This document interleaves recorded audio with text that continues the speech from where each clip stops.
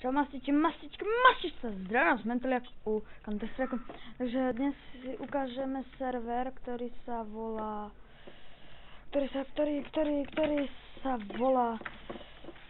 Predator. Takže ako môžete vidieť, takže som Predator.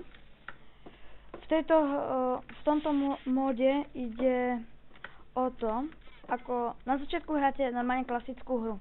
Ak zabijete 8 ľudí, alebo neviem, podľa toho, aký je to server, ako to má server nastavené. Ale najviac býva, ak zabijete tých 8 ľudí, tak si môžete kúpiť Predatora. Ten Predator má také funkcie, že je neviditeľný, má malú gravitáciu a dáva na jednu ranu s nožom.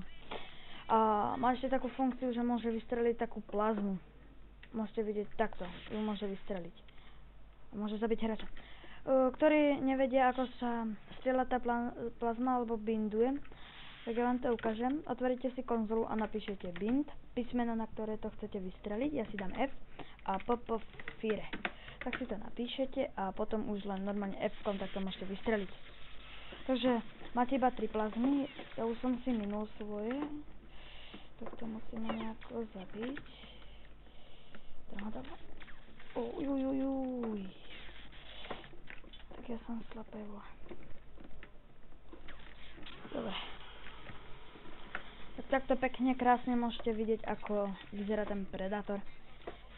A ešte je strašne rýchly, takže to je taká dobrá funkcia. Tak to na ňo vystrelím plazmu, tak to vylezem. A mám ho. Haha, pekne som ho dostal. Jak sa patrí. Pokiaľ nemáte IP Predatora, tak ja vám dám do popisu videa dobrú IPčku. Dám vám tohto servera.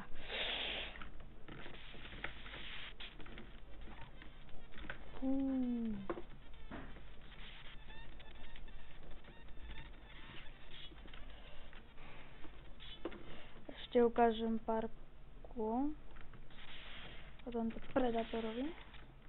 To sa netrafím. Ty vole. Takto mi to strašne seká. Takže ako môžete vidieť, tak toto je server Predator. Takže toto je na dnes všetko. Majte sa.